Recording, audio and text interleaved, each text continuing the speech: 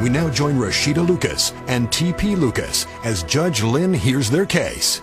Mr. Lucas, you have brought Mrs. Lucas here to court in order to recover either your 2000 Camry that you said you upgraded or the value of the upgrades that you put in the Camry that you say she took. And I know that you're wearing sunglasses, which usually is not permitted in a courtroom, but I understand that you have an eye issue, glaucoma, and the lights are bothering you. Mr. Lucas, I'm going to start with you. Why don't you tell me how we got here and why it is you've needed to come to court to get this car back? Well, Your Honor, everything, there was nothing wrong, nothing. You know, everything was normal at my house. Everything was normal? Nothing wrong, nothing. Rashida told me, baby, I'll be back, and she left. You know, this was back in November. Mrs. Lucas, Mr. Lucas says you had a great relationship. Yes, we had a wonderful relationship. Why don't you tell me what was wonderful about it? It was wonderful. We were like best friends. I believe, you know, he's my soulmate. Everything was fine except... Except? He was too nice. It's too nice. I mean, how does one be too nice to one's wife? He was too nice, like, it was scary nice. You know, it was like, you know the people it was like stalkerish nice, like you too nice, it's too good. Give me an example, because I cannot conceive of the world that you have structured for me here. Right, I mean, you know, too nice, like he would say, I love you, and it was like, I was like, okay, I was waiting for the punch, when you gonna kick me? It's scary.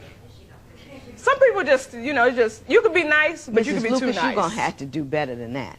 He told you he loved you, and this was a problem. You put up your hands like, when is the punch going to come? You've been married for 5 years. Has he punched you yet? No. No, he's a wonderful man. He doesn't punch you. He's a wonderful man. Yes, I'm just not used So to the that. I love you is too much for you. It's not too much, but you don't have to tell me like twice a week.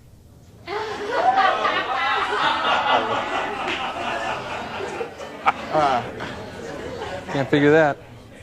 So if I found you a brother that would run around on you, call your names, and smack you upside the head, you'd be in heaven.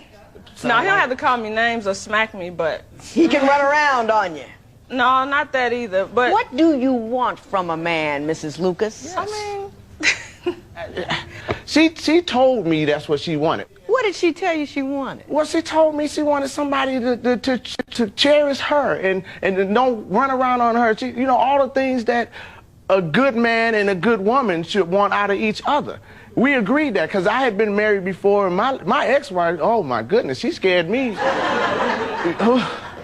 If I ever did it again, it was going to be better than any other marriage, and I made the promise for keeps. It wasn't to be playing around, you know, and if nothing's wrong, where are you going?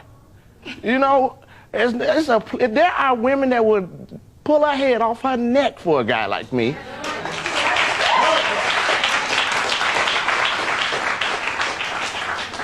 I'm going to ask you one more time. He made me gain weight. Okay, how did he make you gain weight? Because, I mean, now the man can cook, brother can throw down. But he cooked full-course meals for breakfast, lunch, dinner.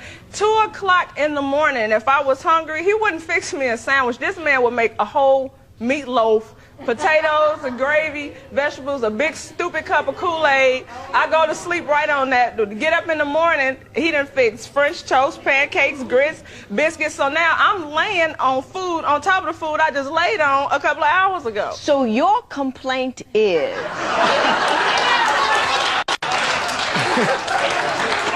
that this man cooked too often and too well, and he made me gain weight. Mrs. Lucas, have you lost your mind? No.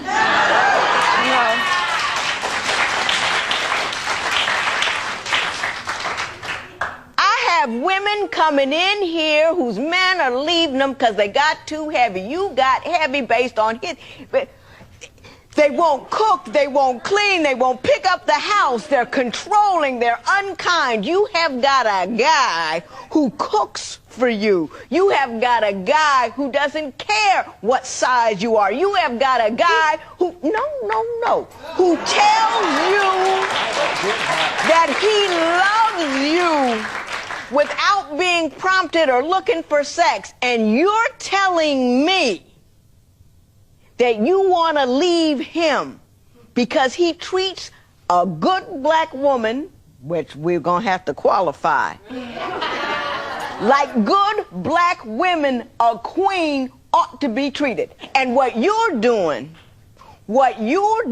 is taking I am a self-centered individual, and I don't appreciate what a man has brought to my table, so I'm going to make up some stupid reason to say what it is stupid.